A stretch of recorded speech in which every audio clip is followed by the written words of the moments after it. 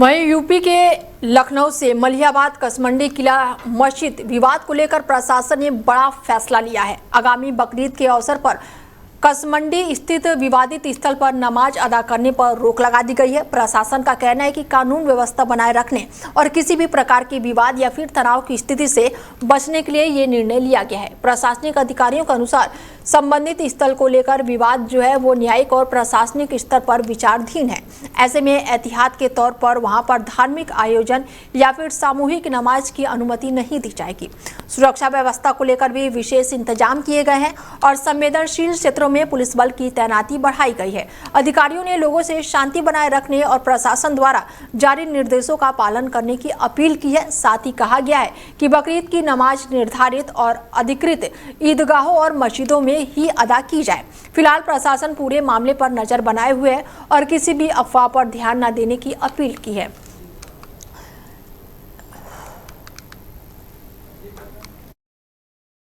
ऐसे में खबर यूपी के लखनऊ से है, जहां पर बकरीद को लेकर नमाजों पर रोक लगाई गई है और ऐसे में संवेदनशील क्षेत्रों में सुरक्षा जो है वो कड़ी कर दी गई है। और हमारे साथ मैनेजिंग एडिटर जुड़ चुके हैं, रमेश ठाकुर जी हैं, उनसे बातचीत करते हैं कि बकरीद को लेकर सबसे पहले सवाल यही होगा कि बकरीद को लेकर इस तमाम तरह के बयानबाजियां तो तेज हो गई हैं, उसको लेकर क्या कुछ कह रहे हैं रमेश जी?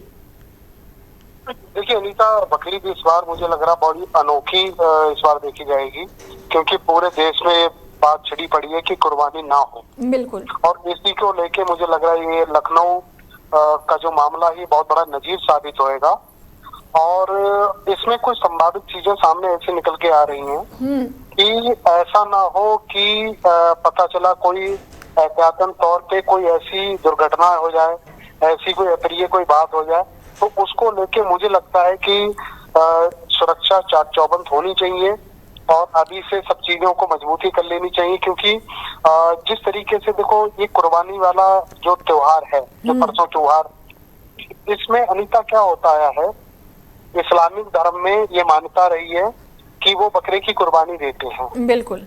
और ये सदियों से चला आया है।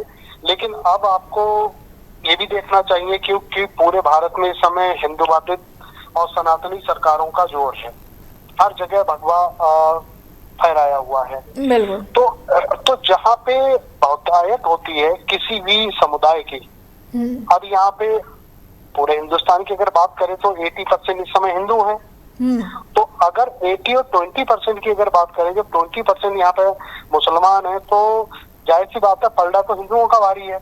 बिल्कुल। तो वो नहीं चाहेंगे कि ऐसे मौके में रक्त रंजित हो, किसी भी त्योहार में किसी की बलि चढ़े, खून खराबा हो। तो इसको लेके मुझे लग रहा बहुत संवेदनशीलता इस बार दिखानी पड़ेगी दोनों धर्मों को, और इवन उनको रोकने के लिए सरकारों को बहुत ही कमर कसनी पड़ेगी। बिल्कुल। ऐसे में सर, देश के अलग अलग राज्यों से पश्चिम बंगाल की बात कर लूं, मैं महाराष्ट्र की बात कर लूं, और अब दिल्ली में लगातार बयानबाजियां चल रही हैं। एक तरफ सरकार कह रही है कि सड़कों पर नमाज नहीं पढ़े, उधर मुस्लिम समुदाय जो है वो अड़े हुए हैं कि भाई धर्म का मामला है और एक दिन का ये मामला है तो नमाज पढ़ ही जाए। तो दोनों तरफ से वाद और विवाद लगातार जारी है। तो क्या कुछ कहेंगे, क्योंकि खुले में कुर्बानी पर भी रोक लगाई गई है, सड़कों पर नमाज पढ़ने को लेकर भी उसको रोक लगाई गई है? मुझे लगता है अनीता, इस पे बड़ा वैकल्पिक विचार करना पड़ेगा, मंथन करना पड़ेगा सरकारों को, क्योंकि जितनी भी आज के देश में मस्जिदें हैं, उस मस्जिदों के हिसाब से अगर हम देखें तो स्पेस नहीं है कि सारे मुसलमान भाई वहां पे जाके अपनी नमाज को अदा कर सके, क्योंकि स्पेस कम पड़ जाएगा।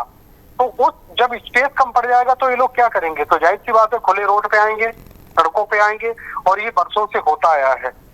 तो इसके लिए वैकल्पिक, जैसे मैंने कहा कि एक व्यवस्था ऐसी करनी पड़ेगी जहां जब फ्राइडे हो या कोई विशेष दिन होता है, जैसे ईद हो गई, बकरीद हो गई, और जब रमजान चलते हैं तो इनको नमाज पढ़नी होती है, तो ऐसे में उनकी एक अलग व्यवस्था कर देनी चाहिए।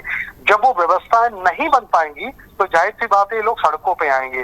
तो यहाँ पे जिम्मेदारी, पहली जो जिम्मेदारी बनती है वो सरकार की बनती है, वो ऐसी जगह अलाउट करे जहाँ पे ये लोग अपनी नमाज अदा कर सके। और सड़कों पे जब ये चीजें होती हैं तो जाहिर सी बात है रोड अवरुद्ध होते हैं, आपको कहीं जल्दी जाना पड़ रहा है, कोई पेशेंट जा रहा है या वीआईपी मूवमेंट है तो उसमें खलबली मचती है। तो किसी चीज में कोई रुकावट ना हो और सब चीजें सुगमता से और सरलता से चलती रहनी चाहिए।